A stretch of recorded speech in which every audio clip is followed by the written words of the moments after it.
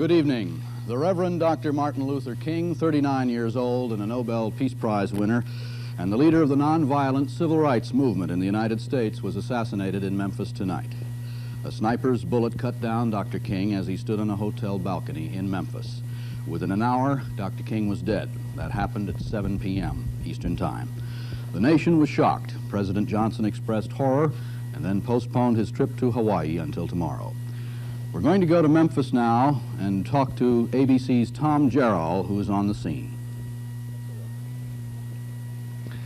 Here in Memphis, of course, a great deal of shock, a great deal of confusion, and a great deal of some violence. I can't say a great deal because I don't really know. I do know that police are very concerned, that the fire department is moving units around the streets, and that there is some rock throwing and some fires reported and some shooting. The full extent of at this time from this vantage point can't be assessed.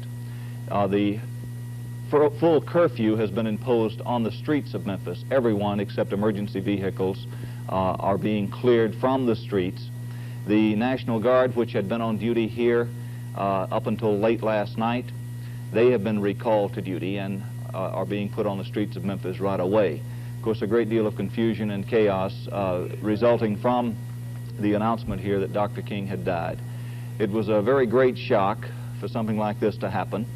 The shooting occurred at the Lorraine Motel. It was a favorite place for civil rights leaders and for Negro businessmen to stay here in Memphis.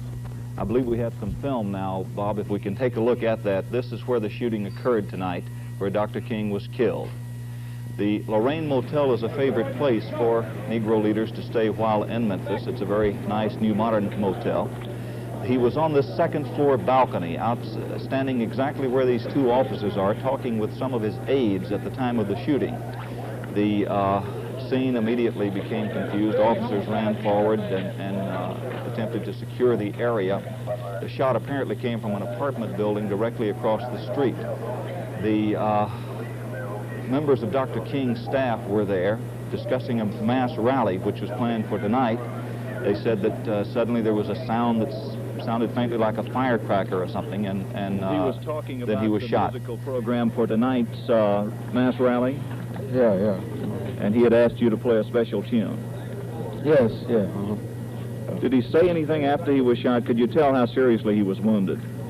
He just said, "Oh," and it knocked him back, off his feet. After that, was anything said at all? Nothing but "oh," and we yelled, and Reverend Jackson, he yelled back to Dr. King. We all hollered. Everybody hollered after the shooting, I was standing kind of sideways. I really didn't have my back to where the shot came from. And when I turned all the way around, we saw the sheriff or the police up on the hill up there. That was the musical director for Dr. King's group, Ben Branch. He was standing alongside Dr. King when the shot came that killed Dr. King. In fact, Dr. King was discussing tonight's musical program with Ben Branch at the very moment when the shot was fired.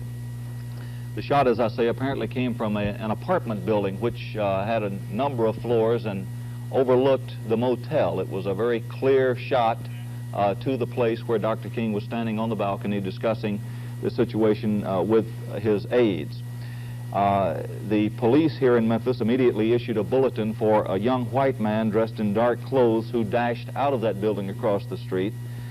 He dropped a Browning automatic rifle, which was fitted with a scope, on the sidewalk, and then he fled. We don't have any late information from police headquarters here in Memphis because communications channels at the moment are completely clogged with emergency calls. We don't know if anyone has been apprehended, although we understand that some suspects may be being questioned at police headquarters. So the situation here in Memphis is that a complete shock. The community is in a state of confusion at the moment. Telephone lines, except for emergency calls, are not being handled. Emergency calls only are being handled. And the curfew, which has been reimposed, is a full curfew, everyone off the streets except emergency vehicles. And the National Guard has been called back out in an effort to maintain law and order. This is Tom Jarrell in Memphis. Now back to Bob Young in New York. Thank you, Tom. Joining me here in New York is Peter Jennings, who's been on the road around the country, has seen some of the civil rights happenings, and has met Dr. King, and as I have. Peter, do you have any immediate thoughts about what this assassination, what the reactions may be around the country to it? I know this is highly speculative, but it's... Yeah, I suppose the first concern, Bob, that everybody has, and it's obviously the one that Governor Buford Ellington has, and the people of Memphis have, and the people of Harlem have, and other major Negro areas in the cities around the country, is the outbreak of violence.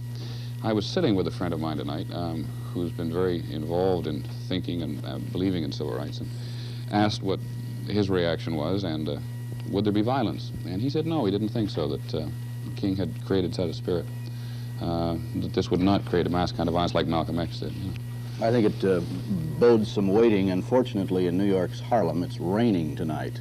Weather has a great deal to do with violence, as I'm sure that both you and I know, both in this country as indeed it does in some of the Latin countries where we have both served. Yeah, there's a great, Bob knows, there's a great radio station in New York here, WBAI are the call letters, I think, which is essentially a Harlem-oriented radio station. And on past occasions when things have got, touchy in that particular area, WBAI has done a great deal to keep the community knit together and calm down. I was trying to get them on the radio tonight and find out if they were keeping things cool.